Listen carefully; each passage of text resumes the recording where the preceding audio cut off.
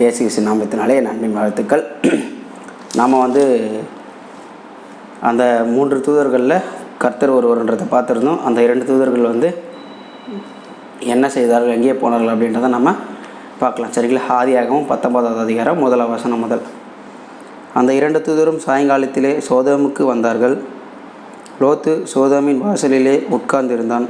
அவர்களை கண்டு லோத்து எழுந்து எதிர்கொண்டு தரைமட்டம் குனிந்து, ஆண்டவன்மார்களே, அடியேனுடைய வீட்டு முகமாய் நீங்கள் திரும்பி உங்கள் கால்களை கழுவி ராத்தங்கி காலையில் எழுந்து பிரயாணப்பட்டு போகலாம் என்றான்.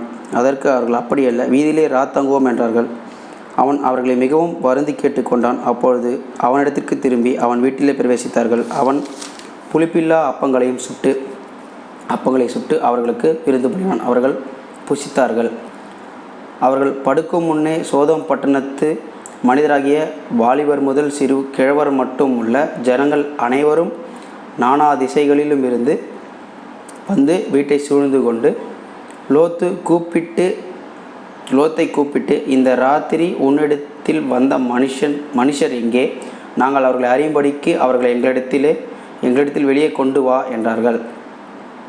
அப்பொழுது லோத்து வாசலுக்கு வெளியே வந்து தனக்கு பின்னாலே கதவை பூட்டி அவர்களிடத்தில் போய், சகோதரரே, இந்த அக்கிரமம் செய்ய வேண்டாம். இதோ புருஷரை அறியாத 2 குமாரத்திகள் எனக்கு உண்டு. அவர்களை உங்களிடத்திற்கு வெளியே கொண்டு வருகிறேன். அவர்களுக்கு உங்கள் இஷ்டப்படி செய்யுங்கள். இந்த புருஷர் என் கூரையின் நிழலிலே வந்தபடியால் இவர்களுக்கு மாத்திரம் ஒன்றும் செய்ய வேண்டாம் என்றான். அதற்கு அவர்கள், அப்பாலே போ, பரதேசியாய் வந்த இவனா நியாயம் பேசுகிறது? இப்பொழுது அவர்களுக்கு செய்வதை பார்க்கிலும் உனக்கு அதிக பொல்லாப்பு செய்வோம் என்று சொல்லி லோத்து என்பவனை மிகவும் நெருக்கி கதவை உடைக்கி கட்டினார்கள். அப்பொழுது அந்த புருஷர்கள் தங்கள் கைகளை வெளியே நீட்டி லோத்தை தங்கள் அண்டைக்கு வீட்டுக்குள் இழுத்து கொண்டு கதவை பூட்டி தெரு வாசலில் இருந்த சிறியோரும் பெரியோருமாகிய மனிதருக்கு குருட்டாட்டம் பிடிக்க பண்ணினார்கள். அப்போது அவர்கள் வாசலை தேடி தேடி அழுத்து போனார்கள். அதாவது அந்த 2 புருஷர்களும் கர்த்தருடைய ஆணையின்படி சோதம் அழிக்க வருகிறார்கள். சோதம் வரும்போது லோத்தோட வீட்டில் தங்குறாங்க. அந்த சோதமில் இருக்கிற மக்கள் அந்த 2 புருஷர்களை எங்களுக்கு காண்பி, யாருன்னு பார்க்கணும், என்ன செய்கிறோம் பார் அப்படின்றத சொல்கிறாரு.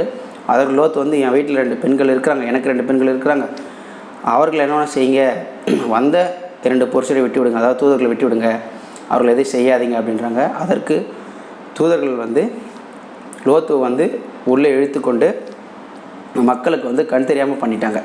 அதனால் அவங்களுக்கு வாசல் எது என்ன எதுன்னு தெரியாத ரொம்ப கஷ்டப்பட்டுட்டாங்க. இதற்கு பிறகு என்ன நடந்தது அப்படின்றத நம்ம பின்வரக்கூடிய வீடியோக்களை பார்க்கலாம். சரிங்களா? கர்த்தர் உங்களை ஆசீர்வதிப்பாராக. ஆமென்.